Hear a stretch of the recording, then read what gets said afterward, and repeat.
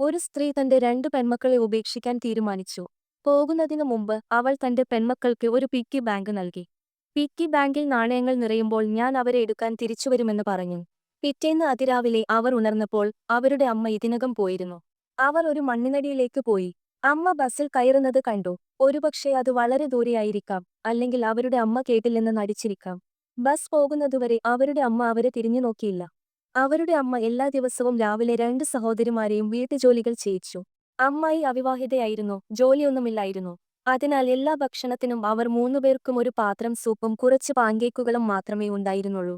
അമ്മ അവിടെ തിരിച്ചെത്തുന്നത് കാണാനുള്ള പ്രതീക്ഷയിൽ അവർ എല്ലാ ദിവസവും ദൂരം നോക്കാൻ മൺചെരുവിലേക്ക് പോയി. ഇളയ സഹോദരി ഒരു ഉണങ്ങിയ ശാഖ കണ്ടെത്തി, അത് മൺചെരുവിൽ നട്ടു. ഒരുപക്ഷേ ശാഖ മുളക്കുമ്പോൾ അവരുടെ അമ്മ തിരിച്ചുവരുമായിരുന്നു. എല്ലാ ദിവസവും വീട്ടുജോലിക്ക് ഒരു നാണയം ലഭിക്കുമെന്ന് അമ്മായി വാഗ്ദാനം ചെയ്തിരുന്നതിനാൽ മൂത്ത സഹോദരി എല്ലാ ദിവസവും വീട്ടുജോലികളിൽ സഹായിച്ചു. മൂത്ത സഹോദരിയും സാധാരണയായി പുൽമേട്ടിൽ പുൽച്ചാടികളെ പിടിക്കാൻ അനുജത്തിയെ കൊണ്ടുപോയി. തുടർന്ന് വറുത്ത പുൽച്ചാടികൾ വിറ്റു. അങ്ങനെ പിഗ്ഗി ബാങ്ക് വേഗത്തിൽ നിറയൂ. ഒരു ദിവസം മൂത്ത സഹോദരി ഒരു അമ്മാവനോട് അമ്മയെ വിളിക്കാൻ ആവശ്യപ്പെട്ടു. പക്ഷെ ആരും ഫോണെടുക്കുന്നില്ലെന്ന് അമ്മാവൻ അവളോട് പറഞ്ഞു. വീട്ടിൽ തിരിച്ചെത്തിയ ശേഷം ശക്തയായ മൂത്ത സഹോദരി ഒളിച്ചു കരഞ്ഞു. അമ്മ ഉപേക്ഷിച്ച നമ്പർ വ്യാജമാണെന്ന് അവൾ ഭയപ്പെട്ടു. അമ്മ ഒരിക്കലും തിരിച്ചുവരില്ലെന്ന് അവൾ ഭയപ്പെട്ടു. 4 വയസ്സുള്ള ഇളയ സഹോദരിക്കും അവരുടെ അമ്മ എന്തിനാണ് അവരെ ഉപേക്ഷിച്ചതെന്ന് മനസ്സിലായില്ല. ശാഖ മുളച്ചു പൂക്കുമ്പോൾ അവരുടെ അമ്മ തിരികെ വരുമെന്ന് പ്രതീക്ഷിച്ച് ഇളയ സഹോദരി എല്ലാ ദിവസവും ഉണങ്ങിയ ശാഖയെ പരിപാലിച്ചു.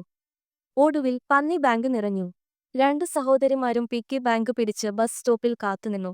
പക്ഷേ വൈകുന്നേരം വരെ അവർക്ക് അമ്മയുടെ രൂപം കാണാൻ കഴിഞ്ഞില്ല. ആ രാത്രിയിൽ അവരുടെ അമ്മ അമ്മായിയെ അവരുടെ ഗ്രാമപ്രദേശങ്ങളിലെ മാതാപിതാക്കളുടെ വീട്ടിലേക്ക് അയക്കണമെന്ന് ആവശ്യപ്പെട്ട് ഒരു കത്തയച്ചു. 2 കുട്ടികളെയും വളർത്താൻ അവരുടെ അമ്മയ്ക്ക് കഴിവില്ലായിരുന്നു. ഇനി അവരുടെ അമ്മായിക്ക് കുട്ടികളുടെ പിന്തുണ അയക്കില്ലായിരുന്നു.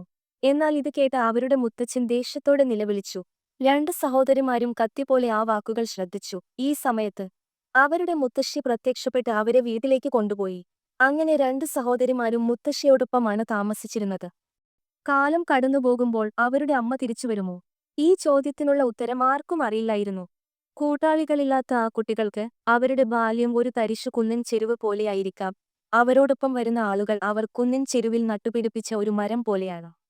മരം ഇപ്പോഴും അവിടെയുണ്ടെങ്കിൽ അവർക്ക് ആശ്രയവും പ്രതീക്ഷയും ഉണ്ട്. ഇല്ലെങ്കിൽ അത് ഒരു വിജനമായ പാഴ്ഭൂമിയായി മാറുന്നു. ഈ സിനിമയെക്കുറിച്ചുള്ള നിങ്ങളുടെ ചിന്തകൾ കമന്റ് ചെയ്യുക. കൂടുതൽ സിനിമാ വിശേഷങ്ങൾക്കായി ലൈക്ക് ചെയ്യുക. സബ്സ്ക്രൈബ് ചെയ്യുക.